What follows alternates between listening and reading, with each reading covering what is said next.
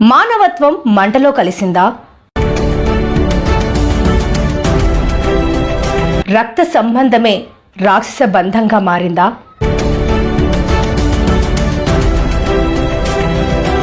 ఆస్తి ఉన్న అనాథగా పశువుల దిబ్బే ఇతని నివాస స్థలమైందా?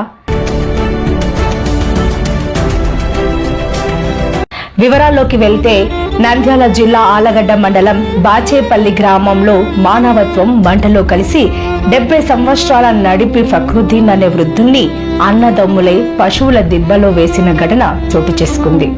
సార్ నేను ముసలామె బతికినప్పటి నుంచి నేనే దాకిన ఇన్నాళ్ళు నేనే దాకిన ఇప్పుడు దాకా లేదు సార్ సంవత్సరాలు నేను ఒక్క రోజు సాగలే నేను వాళ్ళ సుమాసేయలేదు కాదు ఇట్లా దిబ్బలు ఇప్పుడు 10 మందికి అడిగినా ఇన్నాళ్ళు మాగా నిన్నారు సార్ ఇన్నాళ్ళు మేము సాగినా. వృద్ధునికి భార్య పిల్లలు లేకపోవడంతో తనకున్న 5 ఎకరాల ఆస్తిపై చిన్న తమ్ముడు ఫక్రుద్దీన్ కన్నేసి అప్పుడప్పుడు మద్యం తాగించి ఆస్తిని కాజేశాడు.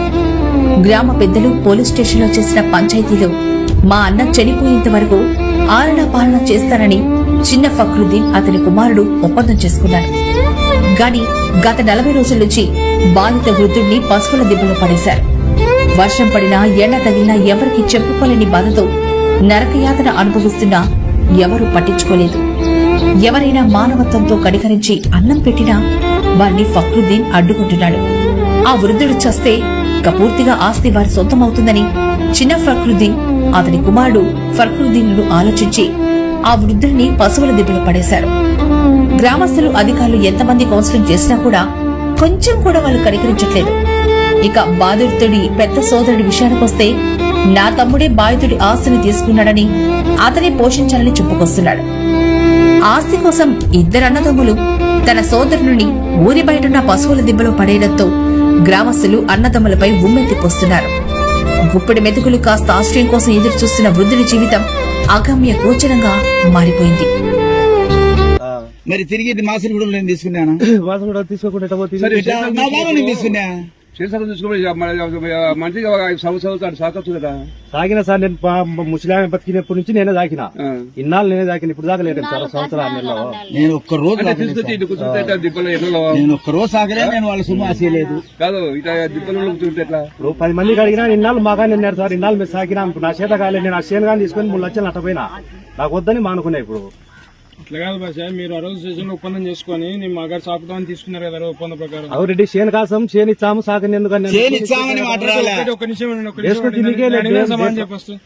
మీరు ఒప్పందం ప్రకారం స్టేషన్ లో ఎస్ఐ ముందు పని చేసినప్పుడు మీరు సాగుదాన్ని ఒప్పుకున్నారు లేదా చెప్పారు? సాకుదామంటే ఆ పొద్దుగా మేము సాగమన్నా సార్ సాగమంటే మాట నాకు నువ్వు స్టేషన్ లో ఒప్పుకొచ్చా మీరు ఇచ్చాము సాకు నాకే రాసిచ్చారని నేను చెప్పాలి. నేను కానీ నాకు ఆయన ఏమన్నాడు బాగున్నాడు నేను భక్తి నీకానే భక్తి అన్నాడు మీరు ఒప్పుకున్నారు స్టేషన్ లో ఒప్పుకున్నారు లేదా సాగుతామని.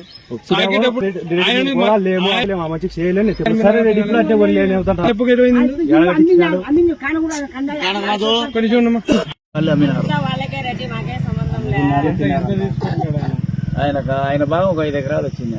5 ఎకరాలు వచ్చినాయి. మొట్టమొదట 500 చిల్లెళ్ళు అమ్ముకున్నాడు ఎరుకలోనికి. రెండవది ఈడమ్మినాడు, మూడవది ఈడమ్మినాడు, నాలుగవది ఆడమ్మినాడు. ఏం లేదు ఆయన అమ్మడం ఇంటికి సారాయి వేయడం. సారాయి వచ్చి అయిపోయాక ఇడుసు ఇక మనకెవరు అడ్డము మనకెవరు ఈ అడ్డము ఇప్పుడు